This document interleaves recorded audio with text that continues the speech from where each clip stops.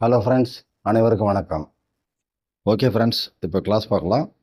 இந்த எபிசோடில் கேள்வி மற்றும் பதில் அப்படின்னு சொல்லிட்டு நேரத்தை வீணாக்கிறது விரும்பல. ஆகையினால ரேண்டமாக பாயிண்ட்ஸ் மட்டும் சொல்கிறேன். தயவு செஞ்சு அதை கவனிங்க. இதனால் நாம் நேரத்தை மிச்சம் பண்ணிக்கலாம். இந்த பாயிண்ட் சம்மந்தப்பட்ட பாடங்கள் எல்லாம் பின்னாடி அடுத்தடுத்து வரக்கூடிய எபிசோட்ஸில் விளக்கமாக நடத்துவோம். இது உங்களுக்கு ஒவ்வொரு சப்ஜெக்டை பற்றியும் ஒரு சின்ன ஐடியா வேணும் அப்படிங்கிறதுக்காக தான் ரேண்டமாக இந்த மாதிரி பாயிண்ட் சொல்கிறேன். தயவு செஞ்சு கவனிங்க. இதில் ஃபஸ்ட்டு பாயிண்ட்டு, தரங்கம்பாடியில் இருக்கிற டேனிஷ் கோட்டை இருக்குது இல்லைங்களா, அந்த கோட்டையை 1620 வருஷம் கட்டுவாங்க. தட் இஸ் 1620 அப்போ கட்டுறாங்க. அடுத்த பாயிண்ட்டு, பிரார்த்தனை சமாஜம் அப்படின்னு ஒரு சமாஜத்தை கிபி 1867 ஆண்டு ஆத்மாராம் பாண்டுரங்கராவ் அப்படிங்கிறவர் தொடங்குறாரு. அடுத்த பாயிண்ட்டு, சதி ஒழிப்பு சட்டம் அப்படின்னு ஒரு சட்டம் போடுறாங்க. அதாவது உடன்கட்டை ஏற்றுகின்ற அந்த பழக்கத்தை சட்டம் போட்டு தடுத்துடுறாங்க. அது நடக்கிற ஆண்டு கிபி 1829. தட் இஸ் ஏடி 1829. அடுத்த பாயிண்ட்டு, இந்தியாவில் இருந்த போர்ச்சுகீசியர்களுடைய வணிகத்தலங்கள், அந்த வணிக கம்பெனி, அதுக்கான முதல் போர்ச்சுகீசிய கவர்னராக இங்கே யார் வராங்க அப்படின்னா ஃப்ரான்சிஸ்கோ டி அல்மேடா அப்படிங்கிறவர் தான் முதல் கவர்னராக இங்கே வராரு. இன்னொரு தடவை பேர் சொல்கிறேன், கவனிச்சிங்க. ஃப்ரான்சிஸ்கோ டி அல்மேடா அவர் தான் இந்தியாவில் இருந்த போர்ச்சுகீசிய வணிகத்தலங்களுக்கு அந்த கம்பெனிக்கு முதல் கவர்னராக போர்ச்சுகீஸ்லேருந்து வராரு. அடுத்த பாயிண்ட்டு, மலாக்கா அப்படிங்கிறது இப்போ இருக்கக்கூடிய மலேசியா தான். இந்த மலாக்காவை போர்ச்சுகீசியர்கள் எந்த ஆண்டு கைப்பற்றினாங்க அப்படின்னா கிபி 1511 கைப்பற்றுறாங்க. இந்த பாயிண்ட்ஸ்லாம் ஞாபகம் வச்சிங்க. இது யார் கைப்பற்றுறாங்க, அவங்க இன்னும் வேறு என்னென்னலாம் செஞ்சாங்க அப்படிங்கிறத நாம் அடுத்தடுத்த கிளாஸில் பார்க்கலாம். அடுத்த பாயிண்ட்டு, கம்பெனி ஒழுங்குமுறை சட்டம் அப்படிங்கிறது கிபி 1773 ஆண்டு கொண்டு வரப்பட்டது. இந்த கம்பெனி அப்படிங்கிறது எந்த கம்பெனி அப்படின்னா ஆங்கில கிழக்கிந்திய கம்பெனி, அதாவது பிரிட்டிஷ் ஈஸ்ட் இந்தியா கம்பெனி. அது ஒரு ட்ரேடிங் கம்பெனி, ஒரு வியாபார கம்பெனி, அவ்வளோதான். அந்த ஆங்கிலேய கிழக்கிந்திய கம்பெனிக்குள்ளே நிறைய முறைகேடுகள் நடந்து போச்சு அப்படின்னு சொல்லிட்டு அதை சரி பண்ணுறதுக்காக ஒரு சட்டம் போடுவாங்க. அந்த சட்டம் தான் கம்பெனி ஒழுங்குமுறை சட்டம் அப்படிம்பாங்க, கம்பெனி ரெகுலேஷன் ஆக்ட் அப்படிம்பாங்க. அதை கொண்டு வர ஆண்டு 1773, 1773. அடுத்த பாயிண்ட்டு, இருட்டறை துயரத்தில் சிறைபிடிக்கப்பட்டவங்கெல்லாம் யார் அப்படின்னா பிரிட்டிஷ் கிழக்கிந்திய கம்பெனியை சேர்ந்த ஊழியர்கள். பிரிட்டிஷ் கிழக்கிந்திய கம்பெனிங்கிறது என்ன, யுனைடெட் கிங்டம், ஆங்கிலேயர்கள்னு சொன்னோம்ல, அவங்க தான். அந்த ஆங்கில கிழக்கிந்திய கம்பெனியை சேர்ந்த ஊழியர்கள் தான் இருட்டறை துயரத்தில் சிறைபிடிக்கப்படுறவங்க. அடுத்த பாயிண்ட்டு, கிட்ட பார்வைக்கு காரணம் என்னன்னா விழிக்கோளம் நீண்டு போகிறது. அப்படி இல்லைன்னாக்கா விழி லென்ஸு நீளம் குறைஞ்சி அதோட குவிய தூரம் குறைஞ்சி போகிறது. அல்லது இது ரெண்டுமே கூட நடக்கலாம். அதாவது பொருளை கிட்டக வச்சு பார்த்தா தான் அந்த பொருள் தெளிவாக தெரியும், கொஞ்சம் தூரமாக இருந்தால் தெளிவாக தெரியாது. இதைத்தான் நாம் கிட்ட பார்வை அப்படிம்போம். இதெல்லாம் கிளாஸ் நடத்தும்பொழுது படம் போட்டு விளக்கி சொல்லுவேன். பட் இப்போதைக்கு எல்லாம் பாயிண்ட்டை தெரிஞ்சுங்க. அடுத்த பாயிண்ட்டு, தூர பார்வையை சரி செய்யறதுக்கு நாம் குவி லென்ஸ், அதாவது கான்வெக்ஸ் லென்ஸை பயன்படுத்துகிறோம். குவிஞ்சு இருக்கிறது, ரெண்டு பக்கமும் குவிஞ்சிருக்கும். இங்கிலீஷில் கான்வெக்ஸ் லென்ஸ் அப்படிம்போம். அதைத்தான் நாம் அதுக்கு பயன்படுத்துகிறோம். அதாவது தூர பார்வை அப்படின்னாக்கா ஒரு பொருள் தூரமாக இருந்தால் தான் நம்ம கண்ணால் தெளிவாக பார்க்க முடியும். அந்த பொருள் கிட்டக வரும்பொழுது அது நமக்கு தெளிவாக பார்வையில் தென்படாது. அது ஒரு குறைபாடு.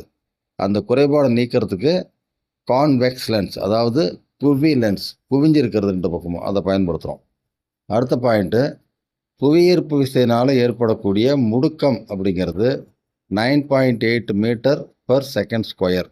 அதாவது புவியீர்ப்பு முடுக்கம்னா என்ன அப்படின்னா ஒரு பொருள் மேலேருந்து கீழே விழுது அப்படிங்கிறப்ப அந்த பொருளின் மீது புவியீர்ப்பு விசை செயல்படும். அதனோட விளைவாக அந்த பொருளோட வேகம் அதிகரிச்சுக்கிட்டே வரும். அப்படி வேகம் அதிகரிக்கிறத தான் நாம் முடுக்கம் அப்படிம்போம். அதாவது எந்த விகிதத்தில் எந்த ரேட்டில் அந்த வேகம் அதிகரிக்குது, அதான் இங்கே கொஸ்டின்.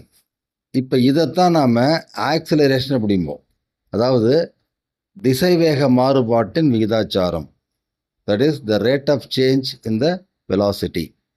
இதைத்தான் நாம் முடுக்கம் அப்படிம்போம். நீங்கள் நிறைய பார்த்துருப்பீங்க, யூஸ்வலாக எல்லாம் பார்க்குறது தான். மேலேருந்து ஒரு பொருள் கீழே விழுறப்ப அதனோட வேகம் அதிகரிச்சுக்கிட்டே வரும். இப்போ அதனுடைய வேகம் எவ்வளோ தான் அதிகரிக்குது அப்படின்னு கேள்வி கேட்டால், அது இன்ஃபினிட்டிவாக போகுமான்னா அப்படிலாம் போகாது. அதுக்கு ஒரு இறுதி திசை வேகம் உண்டு. முடிவுறு திசை வேகம் அப்படிம்பாங்க. இங்கிலீஷில் டெர்மினல் வெலாசிட்டி அப்படிம்பாங்க. ஸோ அதெல்லாம் திரும்ப நாம் விளக்கமாக படிக்கலாம். இப்போதைக்கு இதில் நாம் பார்க்க போகிற பாயிண்ட்டு, அந்த மாதிரி புவியீர்ப்பு விசை அந்த பொருளில் செயல்படுறப்ப அந்த பொருளோட வேகம் எந்த ரேட்டில் அதிகரிக்குது அப்படின்னா, ஒரு செகண்டுக்கும் அடுத்த செகண்டுக்கும் அந்த வேகத்தோட மாறுபாடை பார்த்தீங்கன்னா 9.8 மீட்டர் பர் செகண்ட் அது அதிகமாக இருக்கும். அதாவது ஒரு பர்டிகுலர் இன்ஸ்டண்ட்டில் அதோட speed x metre per second அப்படின்னா, அடுத்த ஒரு செகண்டில் பார்த்தீங்கன்னா அதனோட speed x plus 9.8 metre per second அப்படின்னு இருக்கும். அதாவது ஒவ்வொரு வினாடியும் அதனுடைய திசை வேகமானது 9.8 மீட்டர் பர் செகண்ட் என்ற விகிதத்தில் அதனுடைய திசை வேகம் மாறுகிறது அப்படின்னு சொல்லுவோம். ஓகே, அடுத்த பாயிண்ட்டை பார்க்கலாம்.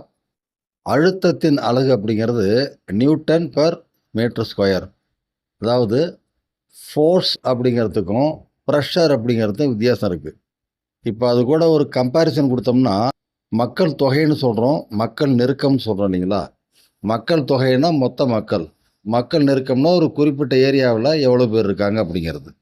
இப்போ நாம் பொதுவாக சொன்னோம்னாக்கா ஒரு ஸ்கொயர் கிலோமீட்டரில் எத்தனை பேர் இருக்காங்க அப்படிங்கிறது தான் நாம் மக்கள் நெருக்கம்னு சொல்லுவோம். அதே போல் மொத்த ஃபோர்ஸ் அப்படிங்கிறது ஒரு பொருளின் மீது செயல்படுகின்ற மொத்த விசை. ஆனால் ப்ரெஷர் அப்படிங்கிறது என்னென்னா, அதாவது அழுத்தம் அப்படிங்கிறது the force acting on unit area. இதைத்தான் நாம் ப்ரெஷர் அப்படிம்போம். இந்த ப்ரெஷர் அப்படிங்கிறது இயந்திரவியல், அதாவது மெக்கானிக்ஸில் படிக்கும்பொழுது நியூட்டன் பர் மீட்டர் ஸ்கொயர் அப்படின்னு படிப்போம். காரணம், ஒரு ஸ்கொயர் மீட்டர் ஏரியாவில் எவ்வளோ ஃபோர்ஸ் அங்கே அப்ளை ஆகுது. இப்போ இந்த ஃபோர்ஸோட அலகை நாம் நியூட்டன் அப்படிம்போம். ஸோ இயந்திரவியலில் இந்த அழுத்தத்தின் அலகு அப்படிங்கிறது நியூட்டன் பர் மீட்டர் ஸ்கொயர். இப்போ ஏன் எந்திரவியல்னு சொல்கிறோம்னா, காற்றுன்னு வர்றப்ப அங்கே அழுத்தத்தின் அலகு வேறு, அதே போல் நீருக்குள்ளே அழுத்தம் கொடுக்குறப்ப அங்கே ஏற்படுற அழுத்தத்தின் அலகு வேறு. அதனால தான் இங்கே நாம் இயந்திரவியல் அப்படின்னு சொல்லிக்கிறோம்.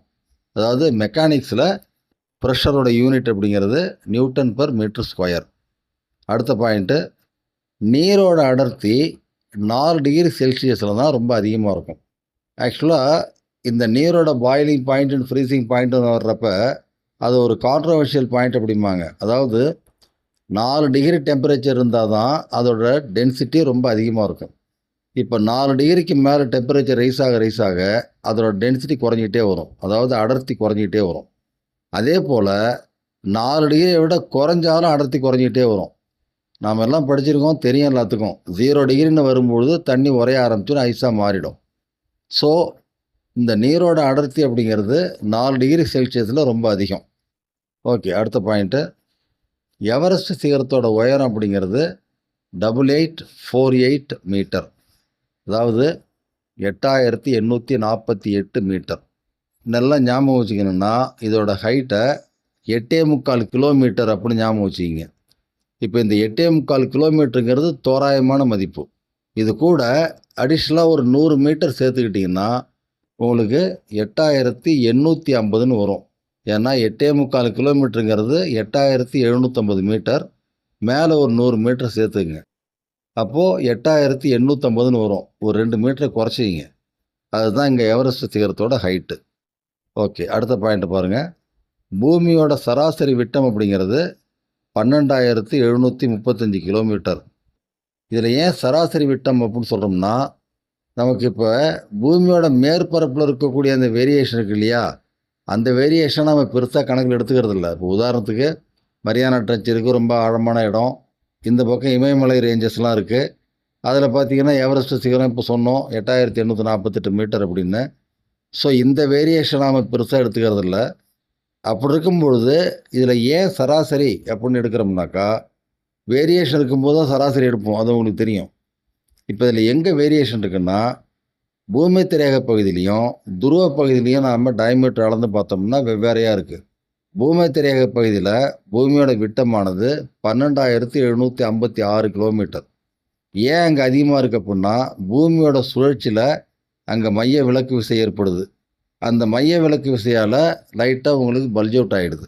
அதனால் பூமி திரைய பகுதியில் அதனுடைய மைய விலக்கு விசையால் இதனுடைய விட்டமானது கொஞ்சம் கூட இருக்குது. அதோட மதிப்பு 12,756. இதுவே உங்களுக்கு துருவ பகுதியில் அந்த விட்டத்தை அளந்து பார்த்தோம்னா அது 12,714 கிலோமீட்டர். இப்போ இந்த 2 டயமீட்டரையும் கூட்டி அதுக்கு சராசரி எடுத்தோம்னா 12,735ன்னு வரும். இதுதான் பூமியோட சராசரி விட்டம். ஓகே, அடுத்த பாயிண்ட்டை பாருங்கள். இப்போ ஒவ்வொரு நாட்டுக்கும் அது கடற்கரை இருக்கக்கூடிய நாடாக இருந்தால் அந்த கடலுக்குள்ளே அவங்களுக்கு எவ்வளோ தூரத்துக்கு சொந்த அதிகாரம் உண்டு அப்படின்னா அது 12 கடல் மைல்கள். அதாவது அவங்களுடைய அந்த கடற்கரையிலிருந்து கடலுக்குள்ள 12 கடல் மைல்கள் தூரத்துக்கு அவங்களுக்கு முழு அதிகாரம் உண்டு. இந்த கடல் மைலை நாம் நாட்டிக்கல் மைல் அப்படிம்போம். இந்த நாட்டிக்கல் மைல்னால் என்ன, அது எப்படி அளக்குறோம், இதெல்லாம் அடுத்தடுத்த கிளாஸில் சொல்லும்போது சொல்கிறேன். அடுத்த பாயிண்ட்டை பாருங்கள். கடலின் மிக ஆழமான பகுதி அப்படிங்கிறது மரியானா ட்ரெஞ்ச். அதில் இருக்கக்கூடிய சேலஞ்சர் டீப் அப்படிங்கக்கூடிய ஒரு அகழி. இப்போ உதாரணத்துக்கு இமயமலை அப்படிங்கிறது ஒரு குறிப்பிட்ட இடத்துல நாம் மணல் மேடு மாதிரி கூச்சி வச்ச ஒரு மண்மேடு கிடையாது. அது ஒரு பெரிய ரேஞ்ச், ரொம்ப நீளமாக இருக்குது, ரொம்ப அகலமாக இருக்குது. அதில் நிறைய சிகரங்கள் இருக்குது. அதில் எது உயரமான சிகரம் அப்படின்னு பார்க்கும்போது எவரெஸ்ட் சிகரம். அதே போல் தான் இங்கேயும் அந்த கடலுக்குள்ளே நீளமாக பெரிய அகழி இருக்குது, அதாவது ட்ரெஞ்ச் அப்படின்னு சொல்லுவோம். அதில் எந்த இடத்துல ஆழம் அதிகமாக இருக்குது அப்படின்னு பார்த்தோம்னா அந்த இடத்துக்கு பேர் சேலஞ்சர் டீப். அதோட ஆழம் சுமார் 11,033 மீட்டர். That is 11033 metre. அதாவது தோராயமாக 11 கிலோமீட்டர். அதை விட கொஞ்சோண்டு கூட, ஒரு 33 மீட்டர் அதிகம். ஓகே, அடுத்த பாயிண்ட்டு. கடல் நீரோட அடர்த்தி அப்படிங்கிறது நம்ம சாதாரண நீரோட அடர்த்தியை விட ஒரு 26 கிலோகிராம் பெர் கியூபிக் மீட்டர் அதிகம். இப்போ நாம் ஒரு பாயிண்ட் சொன்னோம் இல்லைங்களா, நீரின் அடர்த்தியானது 4 டிகிரி செல்சியஸில் ரொம்ப அதிகமாக இருக்கும் அப்படின்னு. இப்போ அந்த அடர்த்திங்கிறது என்ன, இந்த இடத்துல அடர்த்தியோட அலகு கிலோகிராம் பெர் கியூபிக் மீட்டர். இப்போ நீரோட அடர்த்தி அப்படிங்கிறது ஒரு கியூபிக் மீட்டரில் எவ்வளவு தண்ணி இருக்குது, அந்த தண்ணியோட நிறை என்ன அப்படிங்கிறது தான். இப்போ ஒரு கியூபிக் மீட்டரில் 1000 கிலோகிராம் தண்ணி இருந்துச்சுன்னா அதை நாம் என்ன சொல்லுவோம், 1000 கிலோகிராம் பெர் கியூபிக் மீட்டர் அப்படிம்போம். அதாவது ஒரு தொட்டி எடுத்துக்கிறோம், அந்த தொட்டியோட நீளம் அகலம் உயரம்லாம் ஒரு மீட்டர். இப்போது அந்த தொட்டியோட கொள்ளளவுங்கிறது 1 கியூபிக் மீட்டர்.